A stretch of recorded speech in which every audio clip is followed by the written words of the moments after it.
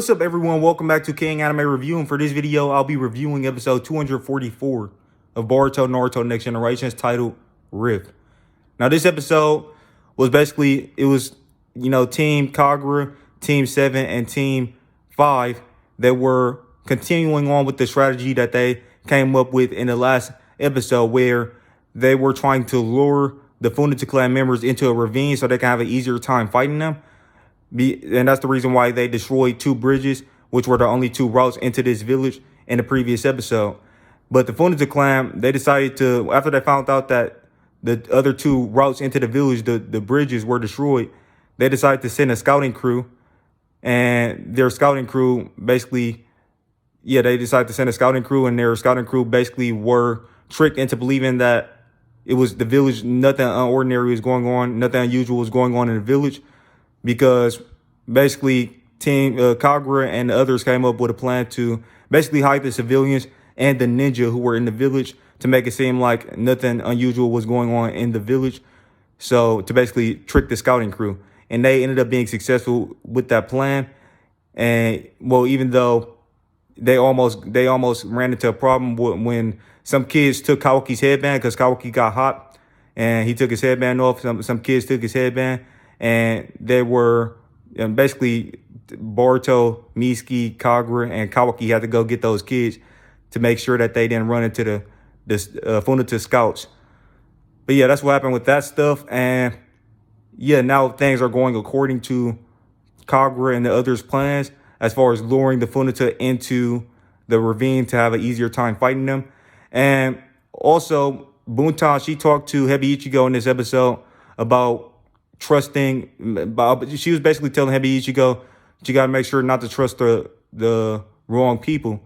And she told Hebi Ichigo what happened when Shizumi escaped from prison. And we actually got to see what happened when Shizumi escaped from prison. He actually used, and I think he killed two of his former fellow Seven Ninja Swordsmen of the Mist. And he also almost killed Buntan, it seemed like, because he poisoned her food. And he basically used all of his friends to escape from prison. And he was the only one who escaped. So at least that's what it seemed like. So that's basically what happened. And she told Hebi Ichigo that story. And because Hebi Ichigo was talking about going to meet up with Shizumi after they escape, or if they escape or whatever. And Buntan basically said, she was trying to tell Hebi Ichigo not to trust the wrong people. And it seems like Buntan actually is starting to trust Kagura based on how Kagura sacrificed his life to help her and to save her when they was fighting Tenma. And yeah, it seems like she's starting to trust Kagura a lot because he calls them his friends and stuff like that. Kagura also removed the curse marks that was on their neck, and he removed those because he said that if he died, then they would die. That was basically a side effect of the curse mark that he didn't tell them. They was surprised about that. But it also meant that they could just run away. Now, even if they did run away, those, three former Seven Ninja Swordsmen who are with Kagura, even if they did run away, Buntan basically told Hebi Ichigo that they will be, they'll be chased down for the rest of their lives, pretty much. They'll be, because they'll be rogue ninjas, pretty much. And she wants to go along with, she wants to basically just trust Kagura that he's going to, get them acquitted after they help out in his battle. And Hebi Ichigo was she was very discouraged, and she didn't think that they were going to be capable of fighting this Funato Clan army. Now, and it seemed like it was a couple other characters who seemed to have the same sentiment in this episode. I think it might have been Sarada or Kawaki or one of the other Genin from the Hidden, Sarada's a Chunin, but it might have been one of the other characters from the Hidden Leaf Village. But they were basically making it seem like they might have a hard time fighting this army of Funato Clan members because there are too many. It's too many of them, and that's very, very dumb because they have Boruto and Kawaki with them. And Boruto and Kawaki are both 80% Aozusuki. They're both literally 80% Aozusuki. Boruto still has a Karma Seal, which he still haven't used yet since the Kawaki arc ended. And I'm pretty sure they haven't even explained why he hasn't used the Karma Seal since you know the Kawaki arc ended. So that's another one of my problems with this arc so far. And then also, even if they didn't have the Karma Seal, I mean, you got Sarada. She has a Sharingan. She can use Genjutsu. She has the Shidori. They literally fought Boro, who's a core member. These little weak Funato Clan random ninja shouldn't be anywhere near strong enough to take out the shinobi that's on Kagura's side. You have Kagura, who's been like very, very close to the Mizukage, and the Mizukage obviously trusts Kagura and stuff like that. And it seems like it seems like Chodro is basically, it seems like Chodro wants Kagura to be his successor. So you have Kagura, and then you have these other 3 former 7 Ninja Swordsmen of the Mist who are all fairly strong themselves. And then you have the people on Team 5, which you got Dinky. You know, he's improved a lot. You got Metal Lee. I don't know if he should get some time to shine and get a good fight in this arc. Hopefully he uses the 8 Energaze or something like that. And then you got Iwabe. And then you got Team 7, which is the strongest members of, basically the strongest people in this group of shinobi. Team 7, you got, like I said, Boruto and Kawaki, who are both 80% Otsutsuki. Boruto still has the Karma Seal. And then you got Miski, who he can use Sage. Well, the thing is, he doesn't use Sage Mode because it'll be very detrimental to him, because it could actually kill him if he uses it.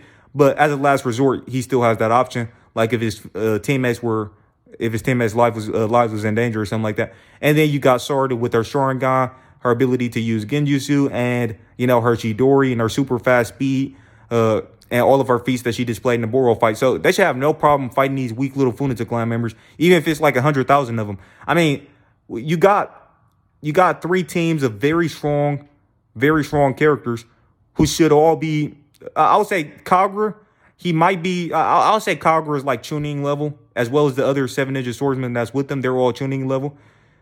Dinky, I would say in terms of physical power, even though he's technically a tuning, I'll say in terms of physical power, he's like at least Genin level.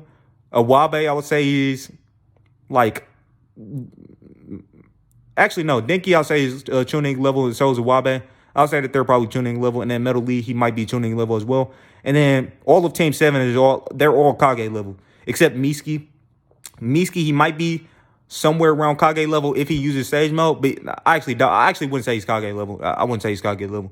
But still, you have all these strong shinobi. They should have no problem fighting these weak little Funato Clan members, even if it is a whole army of them.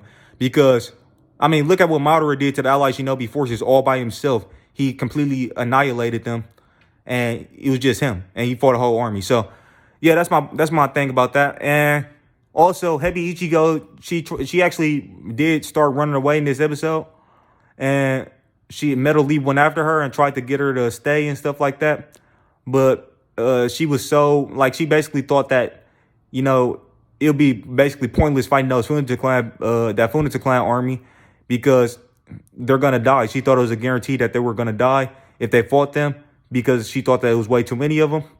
And yeah, and then she decided to, you know, basically run away, escape. And yeah, that was the case with that. And then Kagura basically allowed Buntan and Kyoho to go and get her, go bring her back. He allowed them to go and bring her back. And he trusts that they're going to come back, you know, and help out in the battle against the Funato. And yeah, that's pretty much what happened in the episode. And yeah, overall, it was another great episode of Boruto. Aside from, you know, I think everybody is overestimating and overhyping these weak little Funato Clan guys, this army, because like like they should be, they're being hyped up way too much, as if they're actually super strong. These are nothing but a bunch of random rogue ninja. I mean, at best they might be Jonin level at best. I highly doubt any of them are Kage level. And then you have characters who are 80% Otsutsuki and stuff. Like, come on now. So aside from them overhyping the Funato Clan guys, and I think we already seen Fumauchi fight, and he actually got beat by Kagura. Yeah, I'm pretty sure he got beat by Kagura in one of the previous episodes. So that guy's he's pretty much a joke. If he got beat by Kagura, then obviously Kawaki and Boruto should no-diff him, literally no-diff him. And since he's the leader, that means he's most likely the strongest member out of this whole army. So if he's only Kagura level, then all of his other, you know, fellow soldiers are most likely weaker than Kagura, and they're weaker than Funato most likely. So, and like I said, Team 7 is already stronger than Kagura. Well, that's pretty much factual. I highly doubt anybody would try to, refute that. But anyways, yeah, so that's what happened in this episode. It was another pretty good episode of Boruto. And it seems like in the next episode, the fight between the Funato and, and the teams, the Shinobi teams, are going to start. And it seems like Kagura is fighting Funato again. So, yeah, that's the case with that. And the preview did look, it looked like Sarada was fighting one of these weak little Funato Clan guys and stuff. Like, Sarada, especially Team 7, they should literally be fighting these guys with no difficulty at all. Just straight up one-shotting these guys because they're just weak little ninja. And especially Sarada, Boruto, and Kawaki, they're Kage level at this point. So they should have no problem fighting these weak little ninja.